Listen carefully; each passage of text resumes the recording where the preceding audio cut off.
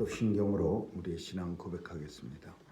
전능하사 천지를 만드신 하나님 아버지를 내가 믿사오며 그 외아들 우리 주 예수 그리스도를 믿사오니 이는 성령으로 잉태하사 동정녀 마리아에게 나시고 본디오 빌라도에게 고난을 받으사 십자가에 못 박혀 죽으시고 장사한 지 사흘 만에 죽은 자 가운데서 다시 살아나시어 하늘에 오르사 전능하신 하나님 우편에 앉아 계시다가 저리로서 산 자와 죽은 자를 심판하러 오시리라. 성령을 믿사오며 거룩한 공예와 성도가 서로 교통하는 것과 죄를 사하여 주시는 것과 몸이 다시 사는 것과 영원히 사는 것을 믿사옵나이다. 아멘. 사랑의 하나님 아버지, 오늘도 생명 주시고 죄 전에 나와 고난주간의 첫날을 주님과 함께 시작하게 하심을 감사합니다. 매일매일 고난주간에 주님이 겪으신 일을 성경을 통하여 우리도 따라가게 하시고 또 주님과 동행하는 은혜를 더하는 역사가 있게 하여 주옵소서. 오늘도 고난을 통하여 우리가 누리게 될 영광의 부활을 사모하며 주님 안에서 우리의 마음이 가까이 가는 그 역사가 있게 하여 주옵소서. 하나님 아버지, 오늘도 소원을 가지고 주님 앞에 나온 죄 백성들의 소원을 들어 응답해 주시고 이루어지는 것 보게 하여 주옵소서. 특별히 병약한 죄 백성들 하나님께서 강건하게 지켜주시고 또 치유하시고 위로하시고 그 마음에 평강 주셔서 하루하루가 주님의 은혜로 나아지게 하여 주옵소서. 오늘도 온 세상에 공포의 울음소리를 그치게 하여 주시고 전쟁도 주께서 주관하여 주셔서 정의가 승리하는 모습을 보게 하여 주옵소서. 하나님 아버지, 바이러스의 위협도 이제 물러가게 하시고 온 백성이 주 앞에 나와 입을 크게 열고 하나님 찬양하는 영광의 찬송소리가 넘쳐나게 하여 주옵소서. 예루살렘에 주님이 입성하실 때 호산나를 외쳤던 큰 외침이 오늘도 교회마다 넘치게 하여 주옵시고 주님의 예루살렘 입성을 통하여 하나님의 뜻이 실현되게 하여 주옵소서. 오늘도 주님 손길에 의탁하며 예수님의 이름으로 기도합니다. 아멘. 우리 찬양 139장 부르시겠습니다. 139장입니다.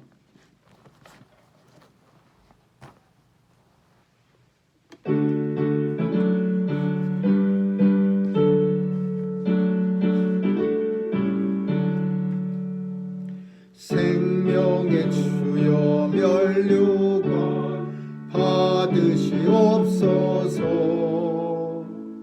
나 위에 쓰신 가시관 나 기억합니다. 저 겟세마네 기도를 늘 기억하게 하시고 그 십자가의 은혜로 날 인도하소서. 누우셨던 무덤 내게도 보이시옵소서. 잠드신 동안 천사가 굳게 기이었네. 저 겟세마네 기도를 늘 기억하게 하시고 그 십자가의 은혜로 날 인도하소서. 마리아처럼 새벽에 주께로 옵니다. 빈 무덤 내게 보이사 날 가르치소서.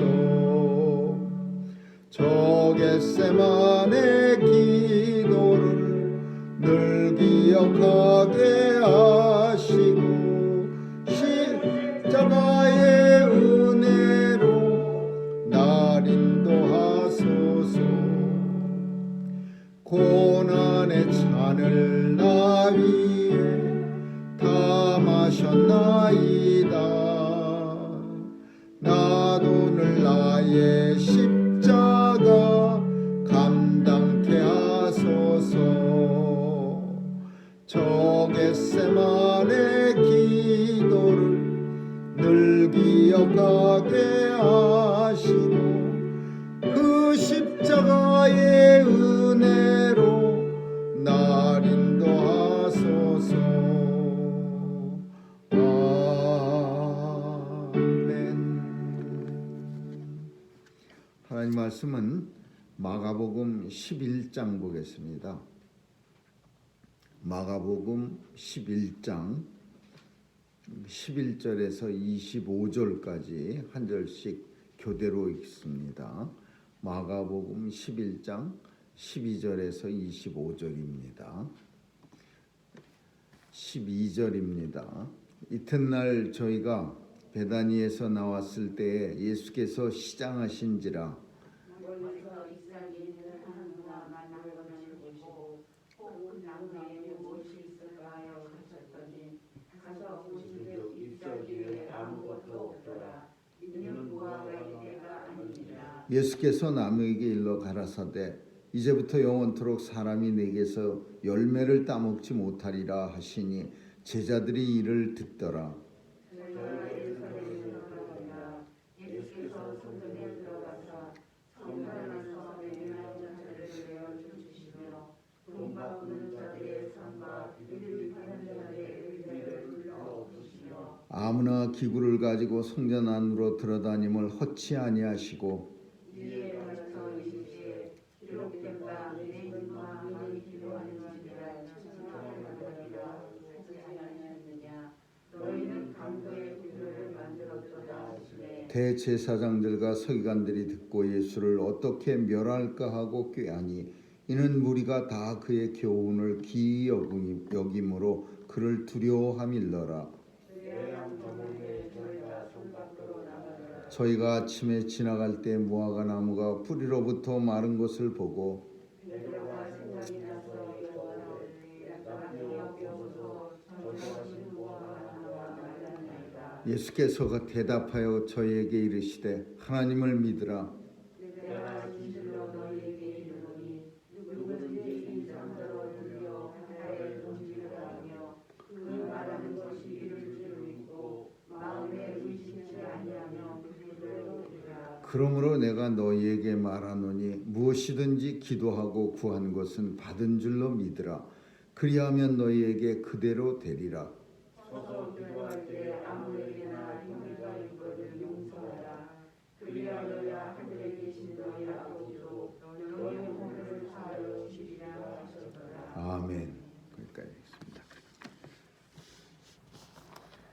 부활절 종료주일 다음 날부터 부활절 주일 전까지를 순환주일, 고난주일이라고 합니다. 예수님께서 그 한 주간을 어떻게 보내셨는가를 우리가 성경을 통해서 하루하루를 살피면서 그 말씀들을 따라 은혜를 우리의 삶 속에 고난주간에 더할 수 있기를 바랍니다.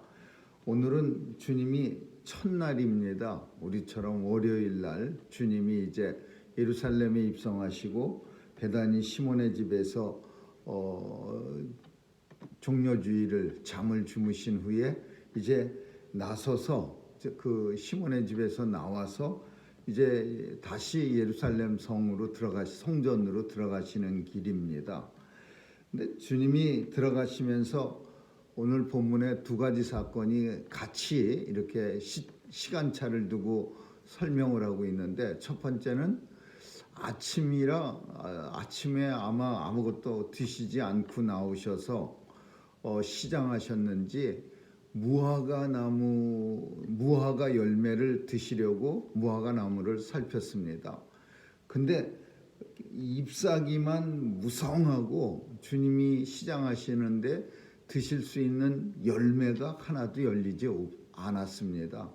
그래서 주님은 본문 속에 보면 그 나무에 무엇이 있을까 하여 열매가 좀 있어서 시장을 면할 수 있을까 하여 가셨더니 가본즉 잎사귀만 번지름하게 많고 아무것도 없었습니다. 근데 거기에다가 한마디를 더 쓰고 있습니다. 성경이 무화과 열매가 나는 때가 아님이라 이런 말도 쓰고 있어요. 근데 이게 뭐하고 우리 비교가 되느냐 하면은 어제 예루살렘 성전에 들어가실 때 주님이 제자들 2명을 보내서 나귀를 데리고 오라고 할 때 주님이 혹시라도 물어보지 않는다면 대답도 하지 말고 물어본다면 주님이 쓰시겠다 하라. 그 말씀을 주님이 제자들에게 나귀 가지고 오라고 할 때 알려줍니다. 그래서 가서 정말 그대로 끌고 올 때 주님이 쓰시겠다고 합니다. 그러니까 아무 말도 없이 끌려온 나귀 새끼, 그걸 연상하는 거예요. 주님이 쓰시겠다 할 때 없는 거예요. 그러면 그게 때든 때가 아니든 간에 무화과의 때라고 하는 것은, 무화과 열매가 날 때라고 하는 것은 무화과에게 있어서의 때지 주님의 때는 아니에요. 주님이 쓰시겠다 할 때에, 필요할 때에 주님 앞에 쓰임을 받아야 그게 온 세상 만물의 목적입니다. 이게 어떻게 우리는 받아들여야 되느냐 하면은, 주님은 세상 모든 만물을 창조하실 때 주님의 뜻을 따라 창조한 거예요. 그래서 모든 세상의 만물은 주님이 쓰시겠다 할 때 준비가 되어 있어야 되는 거예요. 우리 인생도 마찬가지고, 나무도 마찬가지고, 동물도 마찬가지고, 아름다운 꽃도 마찬가지예요. 주님이 쓰시고자 할 때에 꽃을 활짝 핀 꽃, 주님이 쓰실 때 아름다운 잎사귀가 무성한 나무, 주님이 쓰시겠다 할 때에 준비되어 있는 만물이 주님의 목적대로 쓰임을 받게 되고, 그게 하나님 아버지의 창조 목적이에요.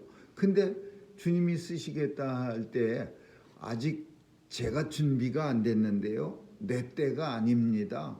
그거는 창조주하고 피조물의 차이를 모르는 어리석은 대답이죠.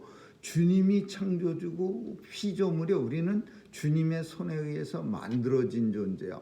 주님이 쓰시겠습니다. 그러면 우리는 언제든지 주여 제가 여기 있나이다 말씀하소서. 이사야 선지자가 소명을 받을 때 말한 것처럼 내가 여기 있나이다 주여 말씀하십소. 이게 사명받는 사람의, 피조물의 정상적인 모습이야. 근데 예수님은 시장했는데 무화과 열매는 열리지 않았어요. 그리고 그 나무를 향해서 저주를 합니다. 다시는 이 나무에서 열매가 나서 이제 사람들이 내게서 먹지 못하리라. 근데 문제가 뭐였느냐 하면요, 예수님의 제자들은 예수님의 하시는 이 행동에 대해서 별로 그렇게 깊이 생각하지 않으셨다라는 거예요. 예수님이 무화과 나무를 향해서 열매를 구하고자 했을 때 없어서 이 나무를 저주하는 모습을 보면서 그렇게 진짜 이제 이 나무가 말라서 저주를 받은 나무가 될 것인가, 이런 거에 대해서도 아무 생각이 없었어요. 왜 그렇게 생각하냐면, 저 뒤에 보니까 예수님의 제자들이 아침에 지나갈 때 예수님이 무화과 나무를 저주하신 것을 그냥 스쳐들은 거예요. 왜냐하면 그 나무가 뿌리로부터 마른 것을 보고 베드로가 생각이 나서 예수님한테 여쭙니다. 저주하신 무화과 나무가 말랐나이다. 이 말은 무슨 말이냐면, 진짜로 아침에 지나가실 때 한마디 하신 게 말랐네요. 우리는 그렇게 듣지 않았는데, 그냥 흘려들었는데 어떻게 진짜 말랐네요. 이런 뜻이에요, 이게. 그러니까 예수님 제자들은 나무에 대해서 이 나무 평생 사람들에게서 내게서 열매를 맺지 못하고 뿌리가 말라버리리라, 이런 저주에 대해서 그냥 스쳐 지나간 거예요. 그래서 예수님은 제자들을 향해서 이렇게 말씀합니다. 내가 진실로 진실로 너희에게 이르노니 이 산더러 들려 바다에 던지우라 하고 그렇게 될 것을 믿으면 정말 그대로 되리라. 마음에 의심치 아니하면 진짜 될까? 진짜 될까? 이렇게 의심하면은 그건 안 되는 거예요. 그러므로 내가 너희에게 말하노니 무엇이든지 기도하고 구한 것은 반드시 그대로 되리라 그렇게 믿으라라는 거야. 우리는 이걸 긍정적 기도라고 합니다. 정말 예수님이 말씀하신 대로 긍정적으로 믿고 기도한 것은 그대로 되리라. 주님이 말씀하신 거예요. 심지어 예수님의 제자들은요, 자신들의 기도가 믿고 기도한 게 그렇게 되리라라고 믿지 못한 정도가 아니라 예수님이 말씀하신 것을 믿지 못할 정도였어요. 나무한테다 대고 뿌리가 마르리라, 열매도 평생 안 나리라 이렇게 말한 것을 예수님의 제자들은 아이고 뭐 그냥 지나가시다가 먹고 싶은 게 없으니까 화가 나서 한마디 하셨겠지라고 생각했거나 아니면 그나마도 잊어버리신 거예요. 제자들은. 그러니까 예수님이 기도한 대로 그대로 될 것을 너희는 마음에 의심치 말고 그대로 믿으라. 믿기만 하면 다 되는 거야. 그러니까 제자들의 상태, 제자들의 그 기도에 대한 어떤 확신이나 기도가 이루어질 것이라는 그 믿음이 영 상태가 예수님 보실 때 정말 형편없는 그런 수준이었던 거죠. 예수님이 하신 말씀조차도 이 제자들은 그냥 흘려버릴 정도였어요. 그냥 먹을 게 없으니까 화가 나셔서 한마디 하셨나 보다 정도로 들었을지도 몰라요. 그 피조물이 조물주가 피조물에게 말씀하셨는데 그대로 왜 안 되겠습니까? 그리고 기도라는 것은 우리가 이루는 게 아니라 우리를 창조하신 예수 앞에 간구하고 예수님이 그 피조물을 세상의 모든 것을 창조하신 그 주님이 창조주가 우리를 위해서 이루어 주시는 거예요. 그게 기도의 능력이에요. 그래서 주님은 무화과나무 교훈을 통해서 나귀가 주님이 쓰시겠다 할 때 두 말 없이 참 잘 이렇게 내줘서 주님의 예루살렘 입성 때 쓰임을 받았던 것처럼 얼마나 영광스럽습니까? 예수님이 타신 나귀가 된 거예요. 영광스럽게 주님 앞에 쓰임을 받은 거예요. 이 세상 모든 만물은 주님 앞에 쓰임받을 준비를 늘 하고 있어야 돼요. 내가 쓰시겠다, 내가 쓰겠다 그러면 예 제가 여기 있습니다. 주님 쓰시는 영광을 저희가 누리게 하여 주옵소서. 이렇게 사명자로서 준비하는 게 성도의 모습이라고 보는 거예요. 그러나 우리의 마음이 때로는 주님이 쓰시려고 할 때 내 때가 있어요. 무화과 때가 아니니라 라는 것처럼 내 때가 있어. 아직 내 때가 아닌데요. 나는 이게 더 많이 해야 되는데요. 아직 나는 이런 걸 더 해야 되는데 내 때와 주님의 때와 겹칠 때 무화과 때라고 해서 주님이 그냥 지나가시겠어요? 내 때라고 해서 그래 네 때 기다리지 이거 아니야. 주님의 때는 언제 모든 날짜가 다 주님의 때예요. 왜? 창조주 주인 되시는 창조주가 내가 쓰시겠다 하는 거예요. 그래서 주님이 쓰시겠다 할 때 참 나귀처럼 주님 앞에 참 대령하는 게 모든 이 세상 피조물 우리 인생들을 포함해서 우리의 사명이고 또한 목적이죠. 두 번째로는 성전 안에 들어가서 정말 주님답지 않게 성전에서 그냥 엄청나게 큰 일을 주님이 벌립니다. 그게 뭐냐 하면 막 환전상들을 갖다가 채찍을 만들어서 막 때리시고 그 환전하는 데스크 책상을 확 뒤집어 엎어버리고 막 그런 일들에 이거 환전상이라고 하는 게 뭐냐?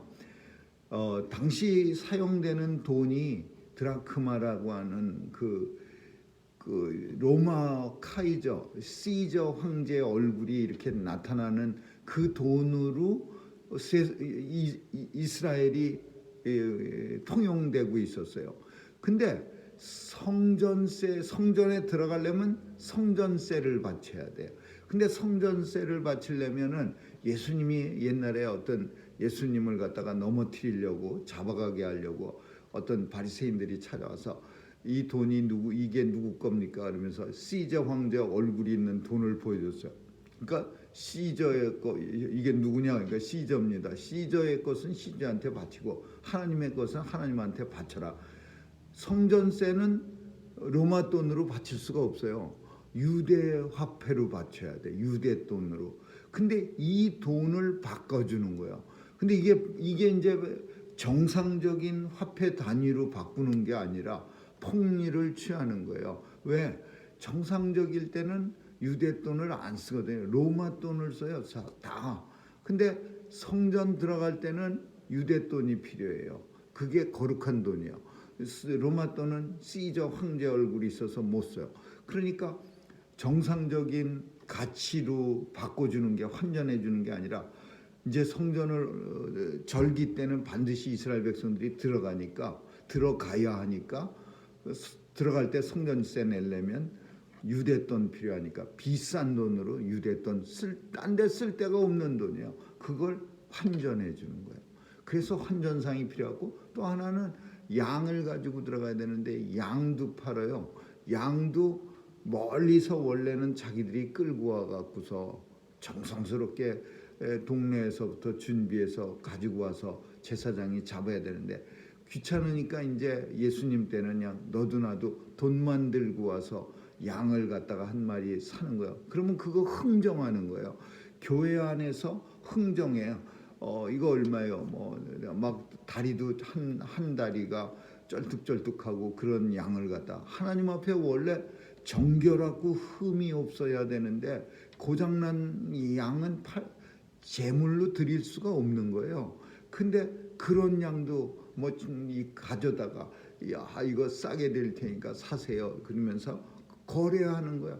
그러니까 예수님이 내 아버지의 집을 강도의 궁혈로 만든 강도의 피로 만드는 뺏기 위해서 흘리는 피로 만드는 사람들아 그러면서 그냥 화가 머리끝까지 나셔갖고서는 막 환전상들의 상을 엎어버리시고 막 채찍으로 그 사람들을 내쫓았어요. 얼마나 이거 다 대제사장이 이윤을 남기기 위해서 허가를 해준 거예요. 대제사장이 완전히 교회를 이용해서 장사를 하는 거예요. 자기 장사. 말은 그렇게 안 했겠죠. 성전에 예배 드리러 오는 사람들의 편의를 위해서 내가 특별히 내가 남는 거 하나 없이 양도 팔고 돈도 바꿔주고 그러는 겁니다. 어쩌면 그렇게 그 당시에 대제사장이 말했을지 몰라요. 그러나 예수님한테는 거짓을 그렇게 속일 수가 없죠. 벌써 보니까 온통 돈잔치하고 있으니까 예수님이 화가 나갖고 그냥 막 정말 이런 모습이 없었어요. 예수님이 채찍으로 사람을 때리고 상을 엎는 이런 모습이 성경 속에 어디 있습니까? 이걸 가리켜서 의의 분노, 거룩한 분노라고 우리는 말해요. 정말 하나님 나라가 하나님의 집이 내 아버지 집이 강도의 궁혈로 변하니까 진짜 우리 표현으로 하면 정말 뚜껑이 열리셔서 이 환전상들을 갖다가 그냥 막 내쫓아버리고 막 화를 내시는 그런 의의 분노에 사로잡힌 예수님, 이 모습이 오늘 우리가 만나는 주님의 모습이에요. 항상 사랑스러운 모습으로 예 그렇습니다. 누가 죽이려고 밀어도 그 사이로 살살살살 빠져서 피해 가시는 주님이 모습이 더 이상은 아니에요. 이제 화를 내시는 그런 모습을 갑자기 만나게 됐어요. 우리는 화 잘 냅니다. 근데 그 화가 대부분 내 유익이 침해를 당할 때 내지, 정말 거룩한 분노, 의의 분노, 내 아버지 집이 정말 더럽힘을 받을 때 만나게 되는 분노가 우리에게는 많지 않아요.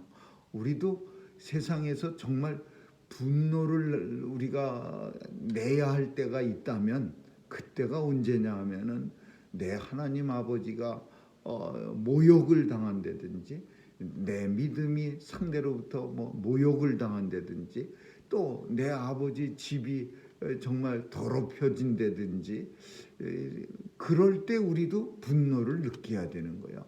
예수 그리스도가 사람들에게 모욕을 당한다든지, 그러면 우리는 화를 내고 그 목숨을 걸고 분노를 느껴야 되는 거예요. 이게 성도만 가질 수 있는 특권이고, 그걸 가리켜서 거룩한 분노 또는 의의 분노라고 말할 수 있는 거예요. 예수님이 우리에게 그 모습을 보여주셔서 맨날 나이스한 젠틀맨의 모습이 아니라, 오늘은 제자들도 아마 눈이 동그래졌을 거예요. 예수님하고 다니면서 한 번도 이런 주님의 모습을 본 적이 없는데 채찍까지 만들어 갖고서 그냥 막 내리치시는 이런 모습, 상을 없는 모습. 제자들이 아마 제일 많이 놀란 사람이 제자들이었을 거야. 와, 그러면서 주님 말씀하시는 거예요. 내 집은 만민이 기도하는 집이고, 그리고 내 집은 어떻게 내 만민 모든 사람들이 와서 아버지한테 기도하는 집을 너희는 강도의 궁혈로 만들었느냐. 안타까운 외침이야. 강도의 궁혈. 정말 칼만 안 들었지, 이 뺏는, 그 남의 돈을 뺏는, 그리고 남의 재산을 착취하는, 어쩌면 마지막 때에는 이런 일들이 있을 수 있어요.